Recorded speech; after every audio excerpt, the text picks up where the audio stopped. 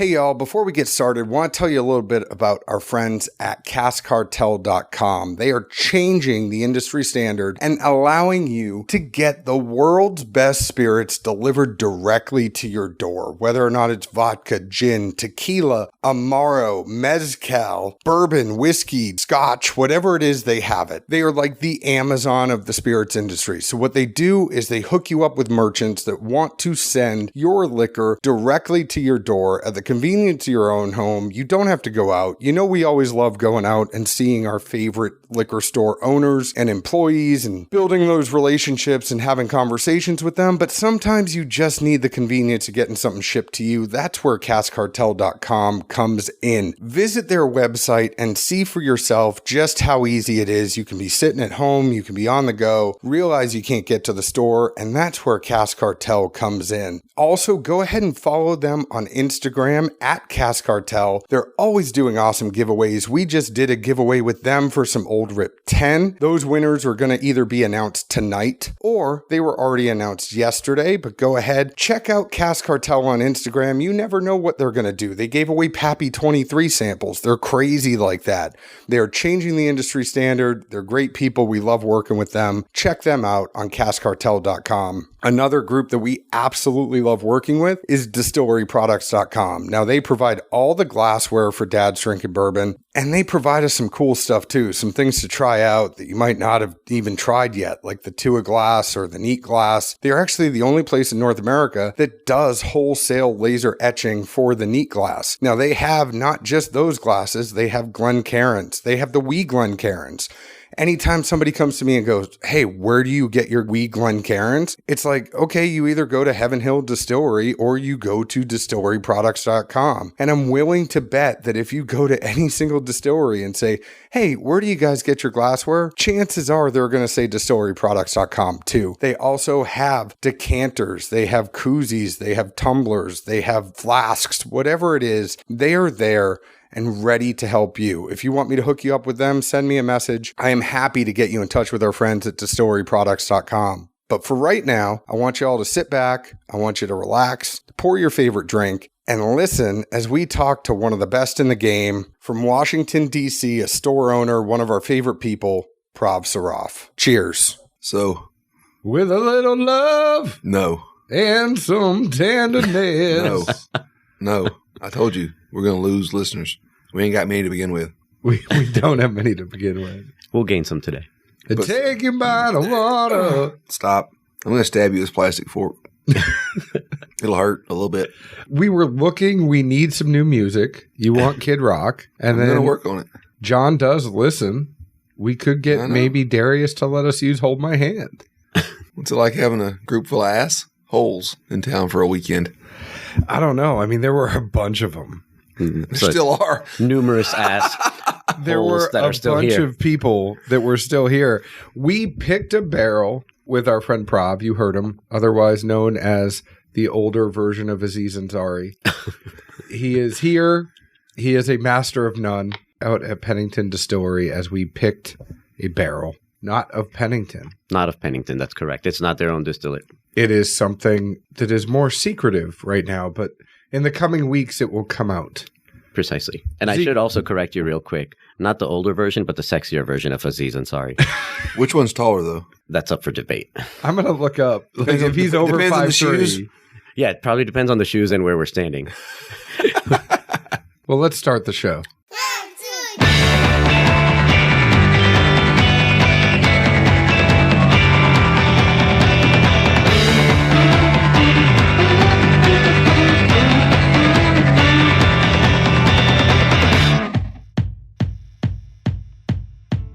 Hello, everyone. My name is John Edwards, and with me is Zeke Baker, and together we make the Dad's Drinking Bourbon. Wherever you are, whatever time it is, thank you for making us a part of your day. How are you, Zeke Baker? I've been worse, but I'm not sure if I've been better. Really? I like that. What is it that makes you so good right now? You know, it's like we said on the end of the year show. Good times, good experiences, good people. We're bombarded with that right now and very fortunate to be so. Your pullover is zipped down a little bit too far. I don't think those golf pullovers were meant to be zipped down because it goes down like past your man breasts to kind of like where your sternum is. and it zipped all the way down. I think you're supposed to zip it up a little bit. I think that's the difference in, your physique and mine, because where I am, it's just right at the V of my chest. It is not. That is a deep V. That is at least 2 feet down. Exactly. Your chest goes 2 feet down? John, I had a method to my game back in the day. I trust you. It worked. You trust me, I should trust you? Yeah, it kind of came out wrong, but trust me, it worked. I'll take your word for it. We have an amazing guest today. This is long overdue. It's somebody that we've wanted to have on for 3 years. We've known him for a long time. Before we introduce him, he probably doesn't even know this. We haven't talked about this with him, but I remember as we started the podcast, we were in various groups, and Zeke was like, hey man, I got the 4 roses from Prav. Like, you want in on one? And it was one of those things where we felt so lucky to like know someone who knew Prav, and then we would get one of his picks. And Edwards never got the Phil's invite. But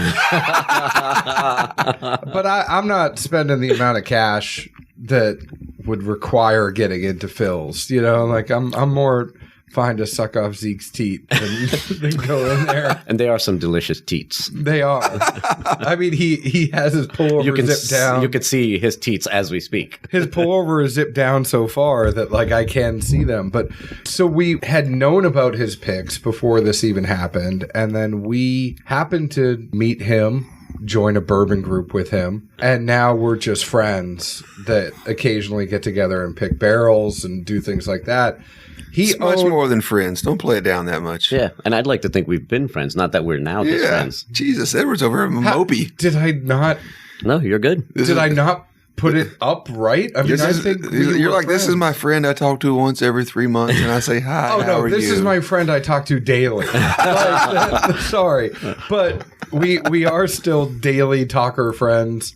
We know this guy. We love him. Prav Saraff, thank you so much for coming on Dad's Drinking Bourbon. Thanks a lot, guys, for having me. Honestly, it's a blast. It's just a blast hanging out with you guys. It's a blast being in your town. You've always been beyond hospitable. You've always been great friends, in all honesty. And it's so much fun. And like you said earlier, it's long overdue to honestly sit down and do this. We did a barrel pick today. What shoes were you wearing for that barrel pick? I mean, are those like Gucci shoes that you're wearing on a... They're not Gucci shoes. It has an L and a V. Yes, it does. They're Louis Vuitton loafers.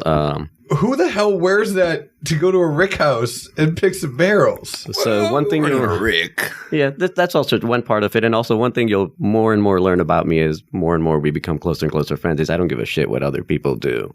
Oh, I know that. I'm just messing with you.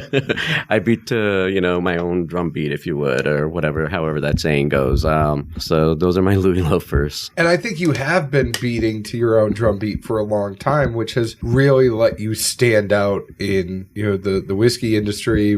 As far as a store owner, what you're doing, it's not just one of those things where it's whiskey and it's bourbon. Plenty of people come to you asking to get hard to get shit. Whether it's tequila, whether it's scotch, whether, didn't you have the Macallan 65 in your hand recently? I've had a few of those, yeah, in my hands recently.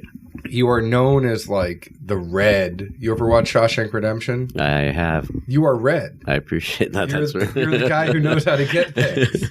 So it's funny you mention it that way because that's actually over the years what we've built a reputation to do. A little bit of background about us. My pop started our very first store that we owned back in 95. So we've been in the business a little over 24 years now. I was 15 at the time and would go in and illegally help him at the store just because I was free labor. Even though it wasn't legal for me to be there, but I would go in as opposed to I was told to go in. Well, yeah. Sometimes I was dragged in. But, it was free labor. And, fast forward a few years, I just fell in love with every part of the industry one summer when his main help at the store had to go back home. And I fell in love with every aspect of the industry because he was like, hey, man, I'm not going to have help over the summer. So I need you to kind of take on more responsibilities and everything. So I started to really take on more responsibilities at the store, learning about the product, interacting with customers, interacting with suppliers, distributors, distilleries, wineries, breweries, etc. Fast forward from that to a couple of years later when I had started kind of take over the business, if you would. And we had a light bulb go off that, selling things like Smirnoff and Bacardi and Budweiser and stuff are great, but they were never going to make us different. Our stores are in Washington, D.C., And DC is a hyper competitive market. It's a really small town, technically, even though you might not think of it that way. It's all of 68 square miles. And there's 251 liquor stores and then another 500 stores that sell beer and wine only. So you can go one block in any direction and there's a beer or a liquor store in pretty much every part of the city, more or less. So we were like, we need to do something to distinguish or differentiate ourselves. And we started to do that with getting into really high-end, really niche, as you were alluding to earlier, high-end, like rare, hard-to-find items. And we just kept on. I mean, it's been a snowball that's just still growing and growing for years now. You know, when like the car shows were big on the Discovery Channel, like there was American Chopper, but then there was all the other stuff. And then that was bikes, but then they had like the ones... I'm going to pimp a car out. Yeah, and do Pimp My Ride and stuff, yeah. Well, Pimp My Ride was MTV, but it was like they had the things on the Discovery Channel and then the Velocity Channel. But then it turned into these shows where it was like, I need somebody to go find me this car. Exactly. And the whole show was like, they're driving out to go get this car, then driving it across the country and then fixing it up. Like, that's you. I mean, it's funny you mentioned that, right? Depending on how geeky we want to get and how detailed we want to get. I have literally taken a flight to Dubai to go buy a bottle for a client, turned around, carried it on the plane, and flew right back. Did you enjoy Dubai at all first? Or? No, I mean, not that particular time. I had been to Dubai before, so I had enjoyed it previously, but that was strictly... So did you leave the airport? No, I didn't leave the airport. I bought the bottle, spent an extra 4 hours or whatever it was between flights, and then literally took a flight back just because that's what we do. And the funny thing is, like, that's like tiring, et cetera, to most people. For me, I get an emotional high out of that. Like, that's my high in life. Like, I love doing that. I love being service oriented. We've built like, one thing we always talk about is we're very white glove, kind of a niche market, right? Like one of the hashtags we always use on Instagram is white glove service, because we don't look at ourselves as a liquor store. We don't look at ourselves as a wine shop. I look at my business as a concierge business. The service, if you want to call it that or whatever, is we just provide alcohol, and a lot of it is to the who's who of the country.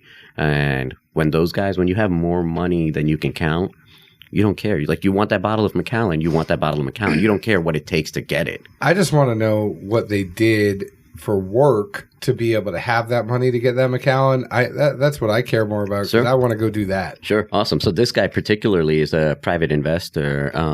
But I mean, you got to have money to make money. So that's it. I'm just waiting for the I-team investigation of Prav. Who are your top 10 clients? Oh, man. Because this is where our tax dollars is going.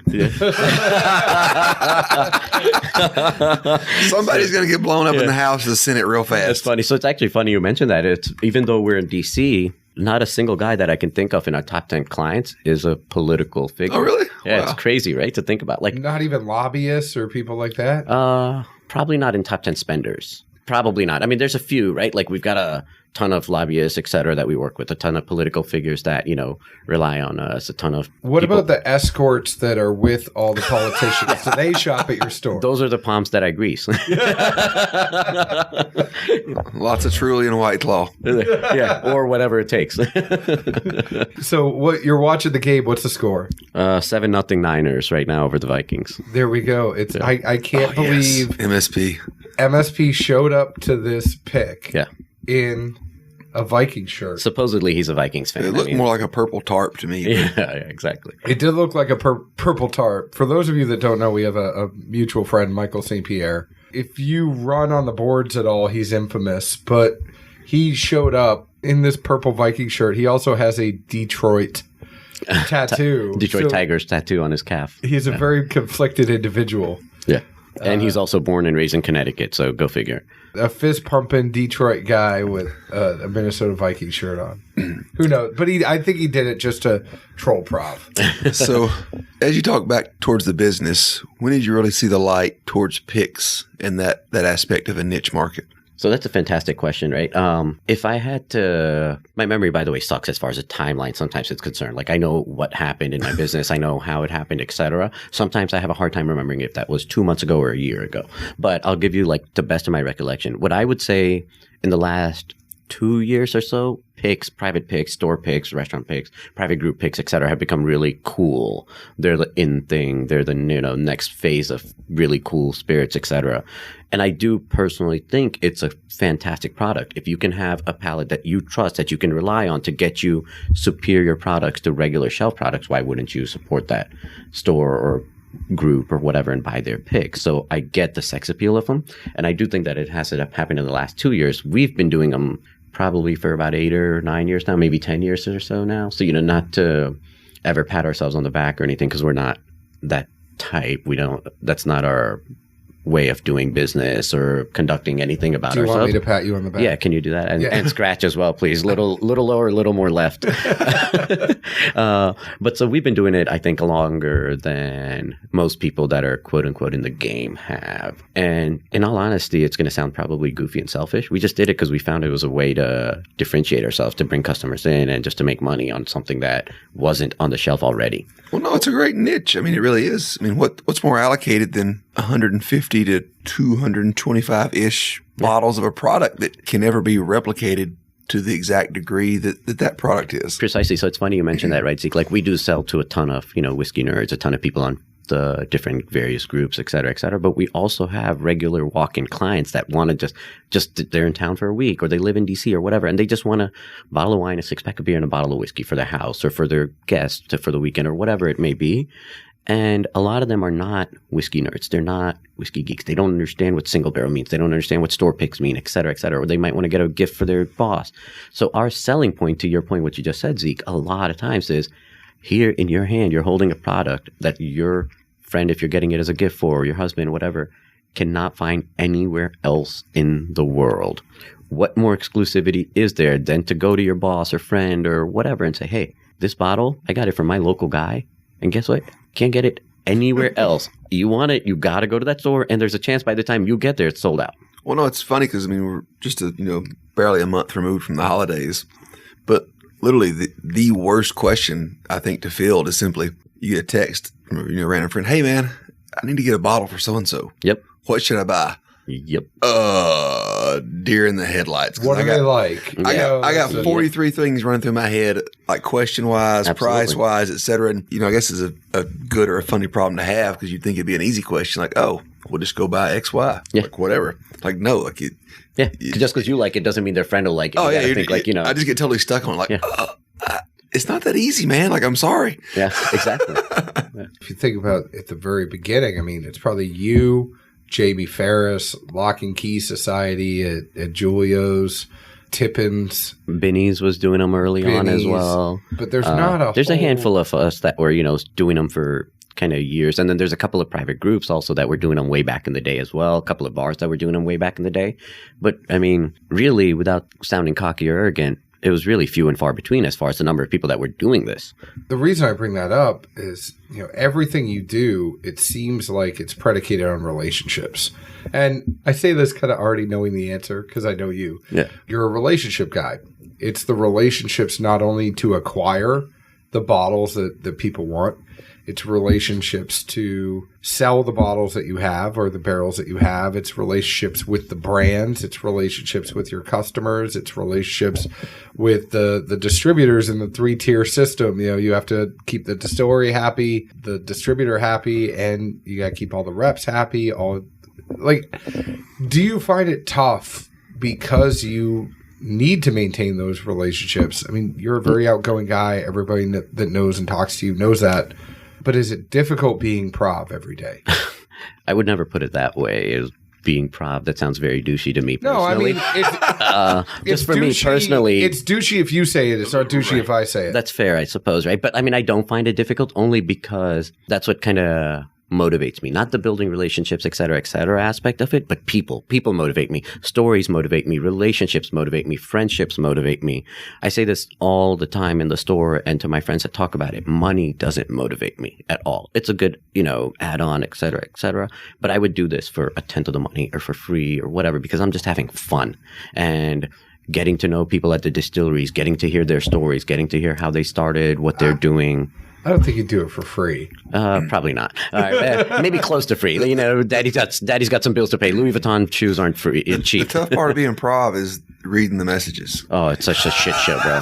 It's a total shit show. I was just talking to somebody earlier today that texted me, goes, man, did you check your PM that I sent you? And I said, no, man, I haven't. And I told him, I said, when I see you later today, I'll hand you my phone. You look at my notifications and you tell me if you can get through that.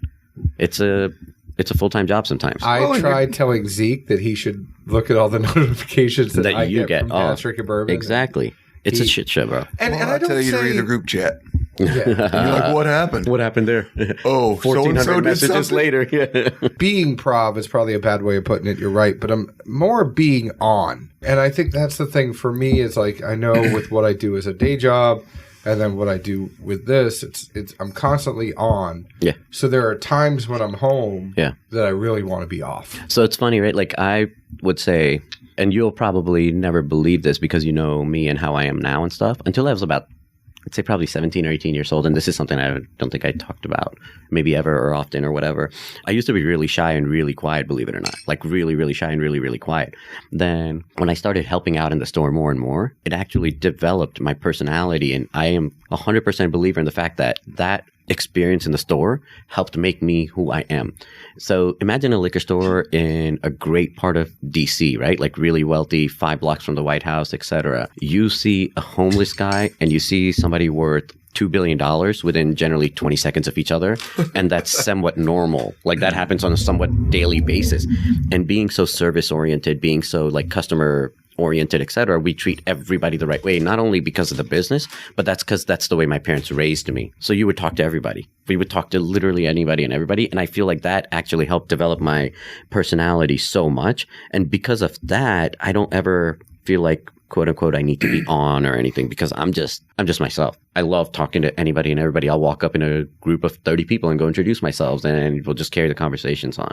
No, I remember being a little kid. My dad, he always took me around business, friends, clients, whatever. Like, sorry, I'm stuck with the kid. And this is my bud Zeke. Yeah, I love it. Literally, anytime we go anywhere, I used to have my hands in my pockets, just shy little kid, and he would just slap the shit out of my right hand.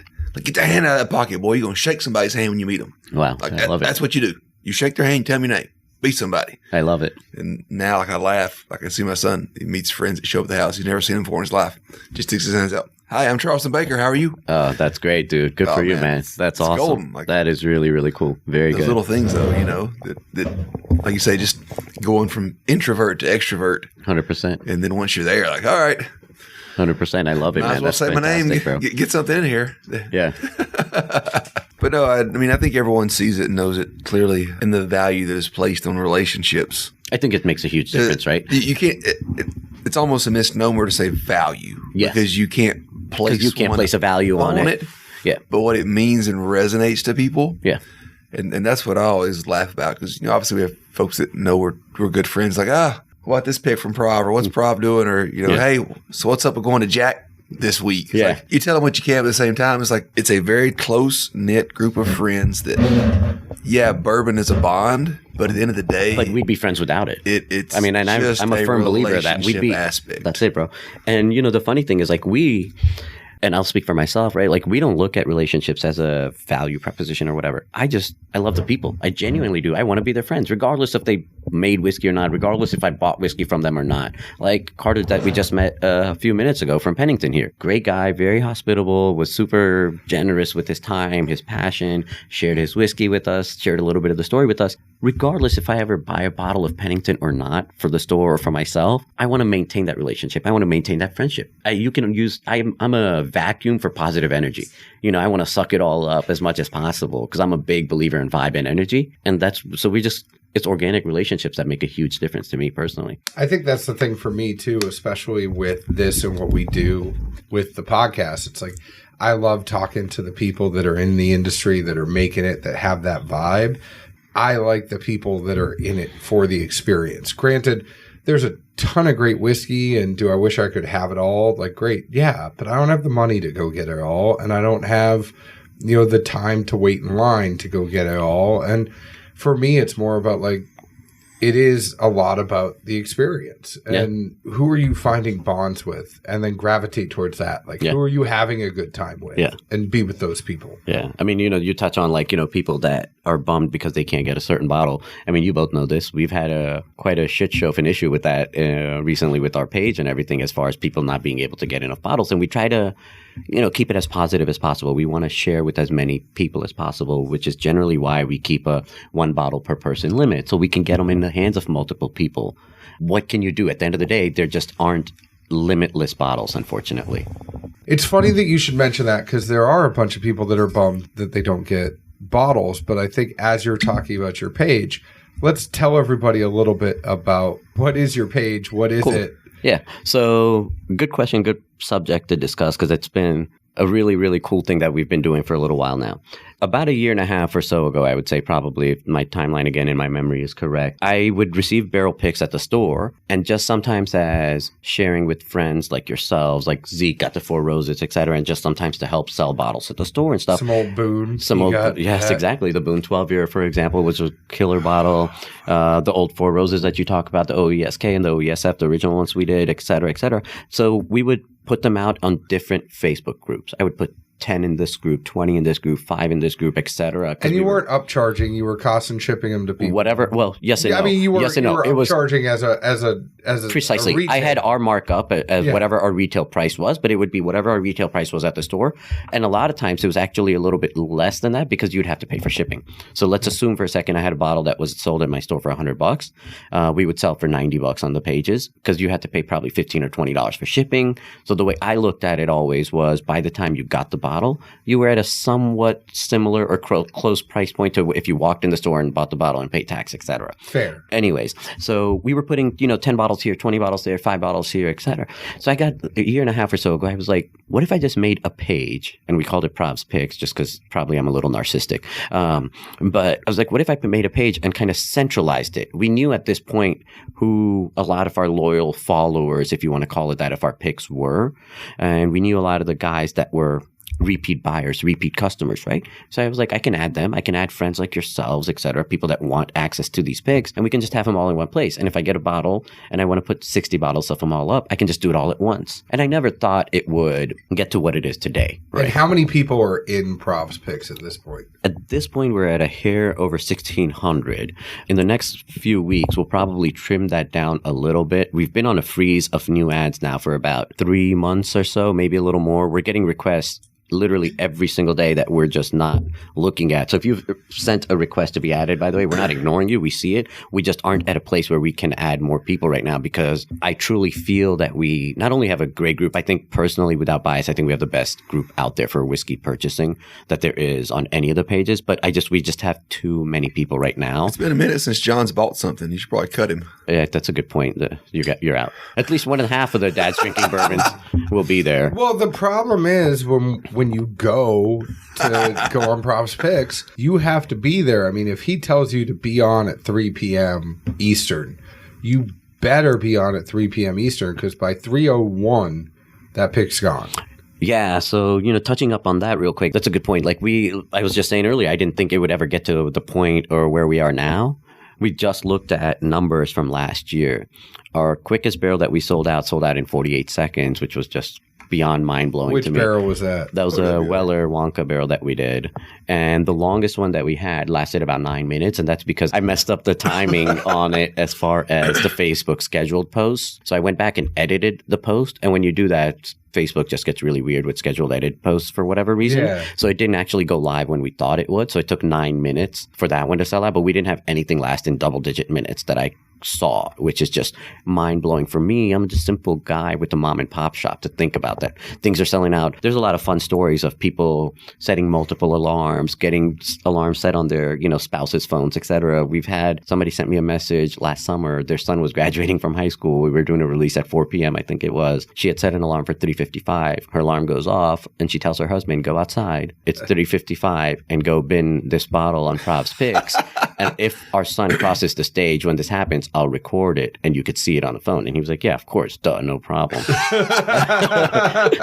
Luckily, he didn't miss their son crossing. But there's the, loyalty and the support has just been so overwhelming. And I say this all the time on the page. I'm truly and genuinely touched and thankful to every single person that supports us. We had our most recent release was last month. One guy was supposed to go to find out the sex of his baby. And he was debating whether or not he should go to that appointment or whether he he should stay at home for the announced time for the bin. So what we do, we'll announce a time for when we release it. For example, this bottle that you've got right here, it's our most recent one that we haven't yet released, but it'll be sold tomorrow. It's a High West Double Rye that's triple cask finished. It's finished in, I guess, triple cask. So finished in 2 different barrels, finished in Scotch and port barrels. This is going to go live tomorrow at 3 p.m. Eastern. I always am very conservative. I don't even know if this will sell out or not, or how long it'll take or whatnot. So I'll be excited as I am every time to see it. But if history or recent history tells us anything, I have a feeling it'll be gone in a matter of minutes. It's a High West Double Rye. Yep. What is special about this one that you just picked? So it's finished for a year and a half combined, 1 year in port barrels and then 6 months in Scotch barrels. So I was just telling, again, Carter from Pennington earlier when he was in here tasting it with us, and he's like, wow, shit, man, that is really, really good. I really like the complexity and I really like the finish. Tell me about it. Because I told him when I was talking to them, first of all, I wanted a rye base instead of a bourbon base, because they also do a private barrel program with their American Prairie Bourbon, which is also good. But with youth, I have always felt that rye shows a little better. And these whiskeys are slightly younger, of course, than a lot of other whiskeys on the market. So when I talked to them, I said I wanted a port barrel finish because I'm a huge fan of the Midwinter's Night Strand, which is port barrel finished. I said, but I also want to add some sort of complexity, another level of flavor, another longer finish, a little bit more lingering. So they said, okay, cool. Let's, think about how about something like a rum or a cognac or an Armagnac, etc. And I was like, that sounds cool, but your port barrel is already slightly sweeter. The rum, the cognac, and the Armagnac will also add another level of sweetness to it. Can we do it in a non-smoky, non-peaty Scotch barrel? Because I felt like that would really give it a little bit of a flavor that the whiskey didn't have, that the port barrel didn't have, etc. And he was like, yeah, I think we could do that. So when they sent this, it was just, to me, an absolute home run. And then lo and behold, I only had tried it from the sample bottle and shipped you guys a couple of bottles ahead of time before traveling. And then Dum Dum over here tasted it before even I had out of the bottle yesterday and went on. Oh, he's Dum Dum. I'm asshole. Okay, yeah, my asshole over here. Space hole. Yes, space Depending hole. on who is calling him it, most of us would say no space. It's affectionate. What I would say is that, Zeke, if you expect, like if you're a distillery or if you're anyone, you're listening to us, and you send it to Zeke, you are not assured that I'm going to get it. Because you'll drink it. You never know when he's going to drink it first and how much he's going to drink and say, oh yeah, I had that already. I had a bunch of it. Yeah. It was really good. When I asked for his address to send the bottles ahead of time, I said, we'll taste them together. He said, okay. I got to the house yesterday, and sure enough, I see a post on Prav's Picks with Zeke talking about how, and then you could talk about what you think of it and what you felt about it. To that note, I'll just simply say it was crack that bottle or drink a Crown Peach bottle. Which would you do? I mean, fair. All right. But there was other stuff there. Not my cup of tea. Okay. What happened to that Southern hospitality that, like, you wait for everybody to get to the dinner table before you start eating? I sent the simple message of, I'm going to swing by the B&B at this time. Will anybody be there? I saw yeses. I get there. I see nobodies. Yeah. So what did you think of it when you tried it? No, I mean, to be completely candid, just like the post, I see port finish and I see Scotch. Yep.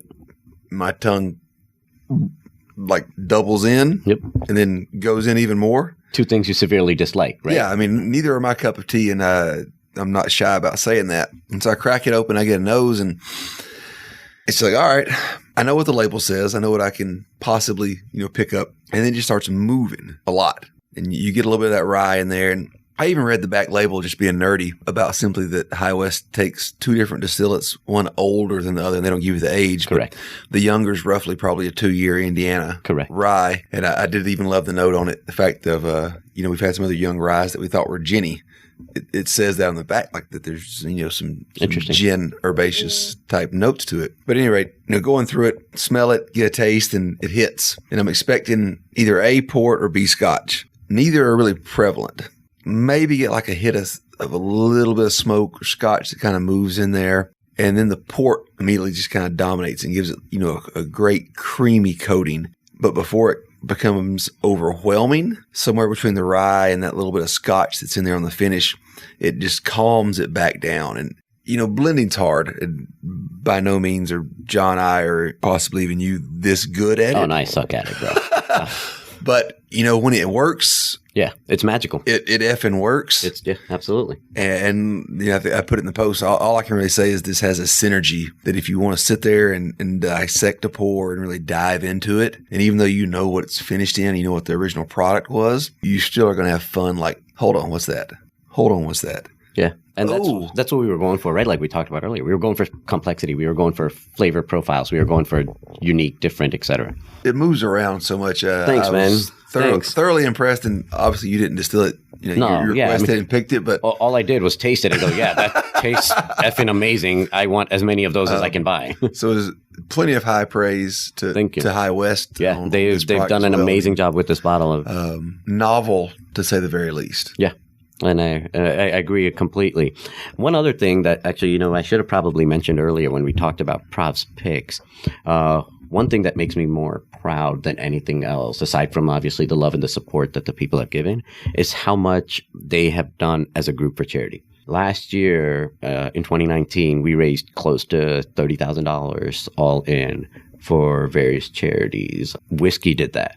A bunch of loyal, loving people did that. It was just absolutely amazing. I think the things that we're able to accomplish. $30,000 is not earth-shattering by any means, but to think about just a bunch of random assholes that don't know each other, have never met each other. The number of people we've met this weekend already, and will continue to meet in this weekend and in our lifetime that just go, oh yeah, I've seen this and this on the page, or I've seen this and this online, and those people are supporting it, and it's just so cool to see like what an impact we can have as a group when we kind of band together, and that's been to me by far the pride and joy of what Prav's Picks is all about. And I think for me, I mean, I wholeheartedly agree. I mean, that's why I took a directorship over at Bourbon Charity. Yeah, congrats, by the way.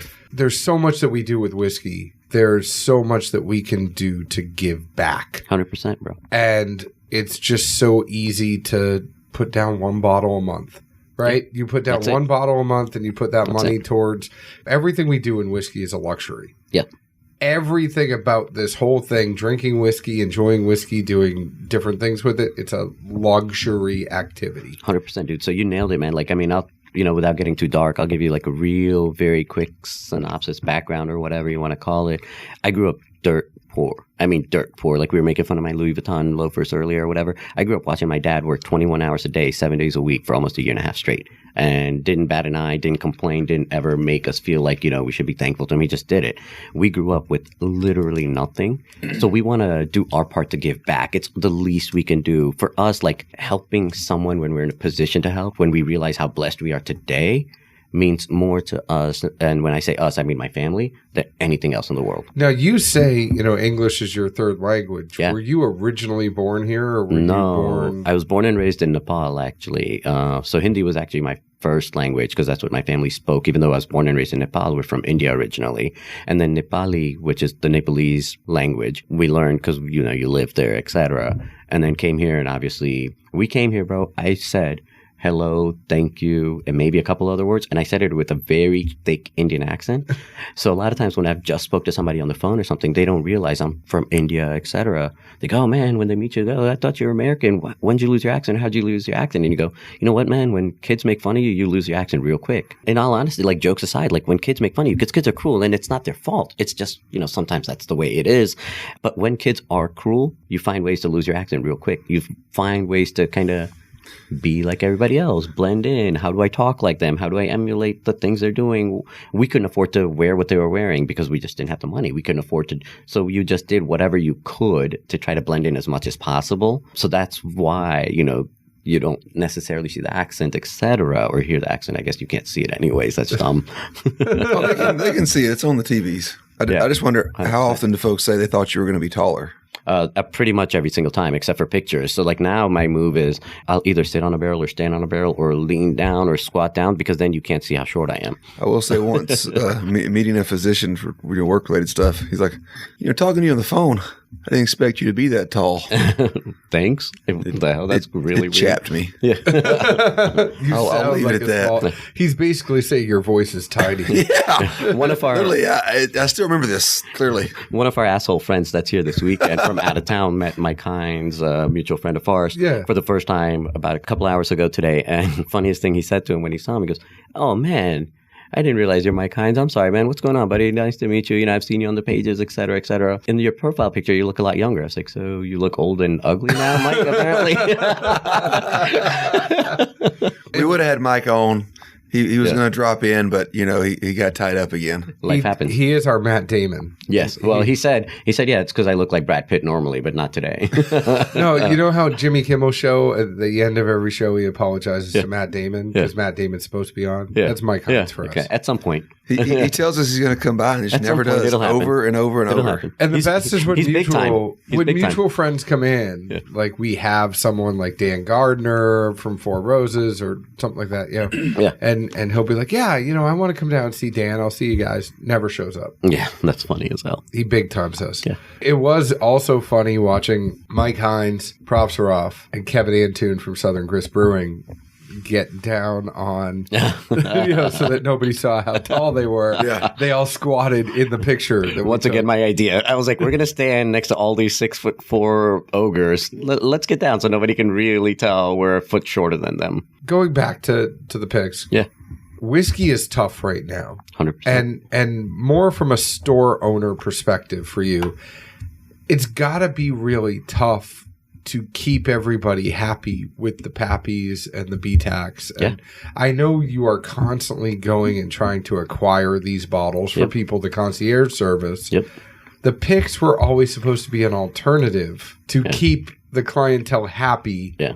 That couldn't get all the exclusive stuff. Yeah. So what the hell do you do now when your picks go out in 48 seconds? So it's funny you mentioned that. Let's address the Pappy and BTAX and stuff first. What we always do with our allocation that we get from the distributor, we hold them for our top spending clients, our most important, and I don't want to use it that way in any other way but financial, our most important financial relationships.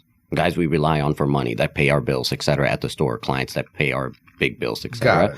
So they're always reserved for them at close to MSRP. So there's a list of guys, and I'll call somebody up, be like, hey, Mike, what's going on, man? Want to thank you for all the business we've done this year. Got a bottle of Pappy 23 for you if you want it. It's $400. If you don't, no big deal. I'll pass it on to the next guy. If you don't want 23, you want something else, let me know what you want, and I'll try to work that out for you. Once that list is exhausted, because we only get a handful of allocated bottles, as you know, we are continuously sourcing bottles. So when you look at a bottle of Pappy 20 on our shelf, it's at $1,800. I'm buying them for $1,500 on secondary. Luckily, DC allows us to legally buy on secondary. I can buy from you personally, from your house. I can come by and pick it up, pay my taxes in DC, and then go sell it online or in my store legally. But you have to pay the taxes first. I have to pay the taxes. And plus, not everybody notices that. And the funny thing is, I have to pay you $1,500, right? So for 1 second, let's assume you got it for $150 or whatever from Liquor Barn, right? You paid $150 and sold it to me for $1,500. You got $1,350 in profit in your pocket. Okay. You have no overhead. You have no employees. You pay no taxes on it. You don't have rent. You don't have warehouse storage, just space, et cetera, et cetera, et cetera. Right? I have all of those. Plus I pay taxes on it. Plus I pay my employees and all of these things. And I made a $300 profit on that same bottle. Which one of us is gouging the customer? He's got bills at the strip club, though. Right. I don't. Right. I'll tell you, there are the two worst things you could ever do with your money is go to a strip club or buy a boat. Either way, you're just putting your money. That's two of the worst. Yeah. Either way, you're better just kind of opening up a trash can, dumping some money in it. Yeah, pretty much. Gonna happen. Pretty much. Now, what do we do with being able to offer customers that come in barrel picks because they sell out so quickly? So we always make it a point to not sell our entire barrel on Prav's picks. Sorry, guys.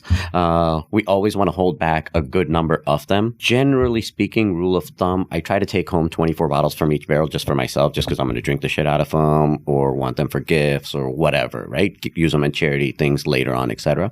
Outside of that, we hold back a few cases of everything we do to sell to our clients that walk into the store. People like we were talking about earlier that want gifts, that want special bottles, that just want a cool bottle, that want people that come in and buy their Tito's and White Claws and $25 bottles of Cabernet from us that want a bottle should be also able to buy these bottles. It should not just be this very, very cool and very loving and very supportive online community. We want to try to get them out into as many people as we can. So that's how we combat the, how can we get bottles into other people's hands, basically.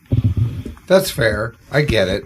It's just got to be tough at a certain point because you're never going to, and I think it's something I have to remember all the time too, is we are never going to make everybody happy. 100%. I mean, you nailed it. I wish there was an infinite supply of this or the Weller Wonka or the Jack pick that we did or every single pick that we've done. I wish there was an infinite supply of that. But at the same time, not only is that stupid and nonsensical because it wouldn't exist, that would also make these a little less appealing, right? Yeah. It's like a weird little catch-22 double-sided blade type of a thing. Do we wish that there was an infinite supply? Somewhat, but also we don't, because we know we're going to always work our hardest and we're going to do our best to provide the very best of the picks that we put out. We turn down more barrels than we buy even today. We turn down more distilleries. We turn down more samples, et cetera, et cetera. I mean, you were preview to a pick we just did a few minutes ago. There were 6 picks lined up for us, and we may take 2, we may take 1 of those. Could we have bought all 6 and sold all 6? I think we all in this room know that we could have, but I don't want to do that. I want to do right by the people. You are lucky because of how long you've been doing it and how long you've been doing the picks. You can turn down picks. There's plenty of stores that don't have that luxury. Yeah. That they get sent something and it's not even you get 3 options. Yeah. It's this is your pick. This is your pick. Yeah. Do you want it? You get the open sample from the distributor and you know it's been passed around 3 or 4 times. Yeah. So it's funny, we joke around about, and we won't ever name any retailers because I think there's enough room for everybody in this, pie, if you would. Everybody can grow at the same time, et cetera. So we'll never name other retailers, but we know a good number of retailers that don't do their picks. They're not picking anything. They're ordering. Pick up the phone, call the distributor. Hey, I'd like a 4 Roses. Do I have an allocation for 1? Yes. Okay, send me a barrel. Some small guys do it, some big guys do it, and that's fine. I mean, it works for them. It works for their business model. It's never something and never a way we would do it. That's just doesn't sit right with me. I want to make sure I've tasted everything. That bottle has my name on it. It has my family's name on it. That to me means everything. I want to make sure that if you buy a bottle, it's something that I'm proud of. We were joking around earlier when we did the pick, and somebody said, what's worst case scenario if you bought them? I said, worst case scenario, and this is something I think about with every pick I do, is I don't sell a single bottle. No big deal. I've got to drink 200 bottles of that, and I drink nothing but that for the rest of my life. If I'm happy with that, I buy the pick. If I'm not, you pass. I think Zeke has bought this bottle now, just the fact that he's been chugging from it for so long. I think he has licked he's licked the insides of every part of that bottle now. But on the note of picks, because obviously some things are probably already, on the books. Yeah. What are you looking forward to the most in 2020? Top 2 or 3. Not to put you on the spot, but no, that's all good. Loaded question. Obviously, our Jack experience that we're about to have on Tuesday is going to be really cool. I'm excited just because we've talked about this before, how much I love their product in general and how good I think our previous barrel turned out. So on Tuesday, we're going to be at Jack and we're going to get to pick 2 bourbons and 1 rye from them. Getting 3 barrels out of there, honestly, is a bitch in the sense that they don't do it. Their product, and a lot of people don't realize this because it's Jack. Their barrel program, their product is one of the most allocated whiskey programs in the country. 100 bourbons and 50 ryes at least in 2019. Right. So think about that. And we're getting 3 of those 150 as a small mom and pop shop outfit. So we're blessed, right? So that's one we're looking forward to, not only because of the rarity, because the rarity is cool and everything, but you can't taste rarity. You can taste quality. And those whiskeys are quality products. So that's the one that we're definitely looking forward to. And to be honest with you, as much as this is an American whiskey consumer climate, we're really also looking forward to doing a lot of non-American whiskeys. We've got a couple of more rums in the works that seem very exciting to me. We've done 3 Armagnacs last year. I'd love to explore more Armagnacs. I want to explore doing another private label gin where I craft the recipe again like we did with our previous gin. Yeah, exactly with that. That completely Unity. That obviously went sour. He's still sitting on a bottle over here. Yeah, it's delicious, man. Let's drink the shit out of that. I still have it because when I moved, I put a bunch of stuff in storage, and if it was unopened at the time, I put it in storage, and then I bought new stuff that I also just put it right 100%. Into storage. So Zeke's like, "Why do you have 30 Russells right now?" I'm like, "Shit, I put the things in storage, and then we did 3 Russell's picks this year, so then I kept adding to it." Exactly. I always assumed it was just late night reading and water and coffee. That too. Yeah. But so, another cool, I'm always looking for things that are different. I mean, to touch up real quick, there's a distillery that I'm crazy excited about for their future, man. Huber Starlight Distillery, and I was there earlier this week. They're right outside of Louisville in Indiana. They have, in my opinion, a very, very bright future ahead. Traditional farmers, 7th generation family that runs it. They're doing everything the right way. The barrels that we picked out, we just picked out 4 barrels over there. Barrels are air-dried staves for 3 years and then toasted and charred, kind of like the Michter's toasted barrels, if you would. They're 4-year rye. I would gladly put up or against, you name it. I mean, I would happily put it up against them in a blind taste test and say, go ahead and try it in a glass without knowing what bottle it came from. Tell me what you pick. And I would happily do that. And they make an Applejack that's killer. They make bourbons that are really good. I mean, I think they've got a very, very bright future ahead. Obviously, there's some great distilleries in Indiana. Totally agree. That are not MGP. Starlight. There is, it's the Bear one, Bear Wallow or something like that. Cardinal Spirits. Yeah. There's plenty of people, and Cardinal is doing other things other than whiskey. You know, there's a gin and things like that. We talked about it in our year-end special. The craft game has just gone incredibly better in 2019. So, John, you're 100% right, but you got to sometimes be careful to be able to decipher between craft and crap. You know, there's a lot of crap whiskey out there as well that's under the craft label. You're 100% right. I say that about his wardrobe. Yeah, well, that too. Although this is kind of sexy. He's got that teddy bear thing happening again. Zeke doesn't like when I dress in flannel. No, it looks really good. Or anything else. Like, he doesn't. I'm a lumberjack and I'm okay. Something you don't know day. any Monty Python, but you know the I'm a Lumberjack song? I look at you and that just plays. I love it. But yeah, so I think, Starlight has a very bright future. I'm very excited about the things we're doing with them. I've got great friends over at New Riff, and I'm super excited with what they're doing, and I'm always looking forward to Nashville. Yes, exactly. I know they just came to Nashville. I'm always super excited with, what we're going to do with them. I just had almost a day-long meeting with the guys at Copper and Kings in Louisville and had an amazing time with them. And we started to get the ball rolling on potential new things that we may or may not do. If they fall apart, who cares? They were great. Hopefully we'll retain a friendship and a relationship for many years, regardless of if we do these things or not. If they come to fruition, I can't wait to bring these things to you guys, because what we talked about in that room and in that Rick House, and when we were tasting stuff with them, I'm not joking, and I told him this when I was there, I was literally wanting to do jumping jacks and, cartwheels, because I was that excited about it. This is an interesting question for you, probably. I mean, you have such a unique position in looking at this opposed to other people, because you have the concierge side, you have the regular side, you have the barrel picking side. Where do you see things going? So it's funny, right? Like, a lot of times the question is kind of, have we hit the ceiling? Are we at the boom, I hate the bubble. The bubble and all that. I don't even think we're close to any of that, in all honesty. And the reason is, we as Americans in America are drinking the crap out of this stuff right now. You know who's not? Asia's not. Africa is not. South America is not, et cetera, et cetera, et cetera. And we spent an entire day at Michter's, amazing time with the guy there, John, who's in charge of their international sales.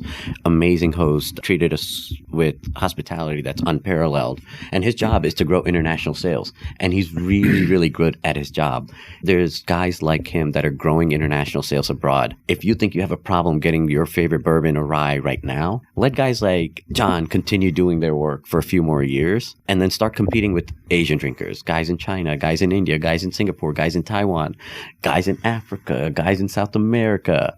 If you think you have problems now, wait till that happens. So I don't think we're close to our bubble bursting. To address your other question as to what I think is next, I'm going to be at the forefront of saying, if the rum industry gets its shit together with age statements and bullshit sugar issues, et cetera, they could be now instead of next. That's a big if, though. That's a big if. I always give Tarek a hard time because he loves those things. And 100%. No, you're totally right. I love that he pours them for me, and I always just laugh like, you totally nailed it. You totally nailed it, right? So that's how much that's color a big is in there? How much sugar's in there? With that being said, there's guys that are doing things the right way. Guys like Real McCoy, Four Square, all the rums that you can get are HUM versus RUM. Real age statements, no bullshit, no sugar, no additives. Like when we did our Real McCoy rum release, a lot of bourbon drinkers or non-traditional rum drinkers go, aha, this is something I can really get behind. If there's more and more of those, eventually we're going to start that train and get it going faster and faster. At the same time, I also think the future is in things like Armagnac, et cetera, as well. Aged brown spirits, it's that simple. It's where the future is. Armagnac was 25% cheaper. Yes, it would probably dominate the category. And here's another fun one. It would be the side piece that every bourbon drinker had 100% easily. Right. 100% right. And here's a fun one that I think is a storm that's coming, and it's coming super fast and heavy. flavored gins. Oh, yeah, easily. Mark this down. Everybody take a snapshot of that. Flavored gins. If you think your next shelf set in your favorite liquor store in the next 6 to 15 months will not have a lineup of flavored gins, you're either kidding yourself or you don't have your eyes open to what's happening around the How world. can you add more flavor to what they already get through the botanical? Great point, because technically speaking, it depends on how nerdy you want to get. Gin is flavored already. Yeah. But, okay, what if I made a blood orange gin?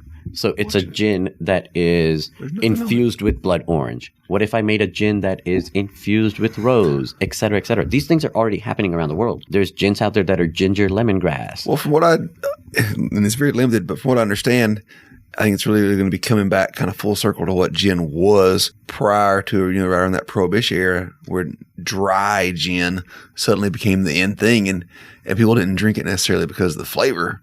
They just drank it because it was in. And it was just the dry, piney, like, to me, completely turn-off flavor. But now you're going back to, copper distilled gins, different botanicals, different things are in there, and really making it a dynamic, and as you said, a kind of creative profile. Precisely, yeah. So to me, I think these get away from that pine, Christmas tree, juniper forward gins. Yeah, it's the shit nobody likes. Yeah, well, that's not true. I mean, there's a gin out there for everybody, and a lot of the consumers enjoy that flavor profile as well. And that's it is what it is. But I think these get away from that. There's a whole bunch of stuff that's coming. I think, Prav, you are on the forefront of it. I really appreciate you sitting down with us. Oh, man. I would love to have you. Dude, let's just continue. Let's just walk around the city for the rest of the weekend with these mics and just keep doing this. Well, we do have to ask too, because I know people want to know when are you going back to Smooth Ambler now they have their new stuff from MGP? So I've already picked 2 barrels at Smooth Ambler that are en route at some point. So we've got 2 coming already, and then I think that's still most people's first introduction to Prav. I think you're right. They've been the Johns at Smooth Ambler have been amazing friends, and I am very vocal about. I'm not sure if there's people in the industry that are better people than the Johns or better friends than the Johns. Every time I go to Lewisburg, I feel like I'm home. And I felt that from day one when I didn't know them from a hole in the wall, first visit there. They are truly amongst the best. I encourage everybody to go out there, support their products, buy the Contradiction, buy the American whiskey, buy whatever you see from them, because you know that it is truly made with passion. They will do their best to get you the best product. Well, like I say, I mean, it may not necessarily be the best of your picks, but I still think, oh, yeah, I found out about Prav when I got that Smooth Ambler pick you did. Yeah, thanks, man. I mean, that's one of my favorites for many sentimental reasons. And aside from the fact that the whiskey is great, it really kind of opened this door into this relationship and this friendship that we have with the Johns, and then also obviously snowballed into all of what, we've started to do today. Kind of going back to where we opened, there's business and money involved and booze and shit, but it's still just experiences and friendships at the end of the day. That's all it is for us, bro. I mean, that really is all it is for us. Well, and we're glad that we have experiences and a relationship with you. Please come back. We want to talk to you again. Anytime. We want to talk more about picks, the industry, all that kind of fun stuff. But Prav, where can people find you? Our stores are in Washington, D.C., of course. Prav's Picks, of course, like we talked about on Facebook, but at the same time, that does have a freeze on right now. The best place probably is maybe our Instagram page, which is at West Dupont Wines. I suck with technology, and I suck at using technology, and I suck at, utilizing our social media and our website and all these things to show off what our store is and can be. I will try to continuously get better at that, but I will promise you that if you send me a message, I will do my best to get back to you as soon as possible, and I do respond to every single person I think that writes me. So probably Instagram is our best way to reach out. It's at West Dupont Wines, or our email, which is prav@pstreetwines.com. Somebody sent in a very compelling message as far as why Prav should boot Edwards from the group and why you should be in, and there you go. Yeah, seriously. Tell me why you should be he should be replaced by you, and we'll make it happen tomorrow. Maybe today. And maybe you should tell them why they should replace Zeke, too. He's just so damn good looking. Don't parlay this. I'm just saying, get us both. Just say we want to replace both the dads. Ass holes. All right, you can find us at Dad's Drinking Bourbon on Facebook, Dad's Drinking Bourbon on Instagram, Bourbon Dads on Twitter. Find us wherever you download your podcast. Zeke, where else can the folks find us? Good old Nashville, Tennessee. Occasionally we splurge and vary out. It will have already happened by the time you hear this, but really looking forward to Lynchburg on Tuesday. Yes. Really looking forward to it. Thank you, Prav. Cheers. Guys, Ciao. love all of you. Thank you for everything, guys.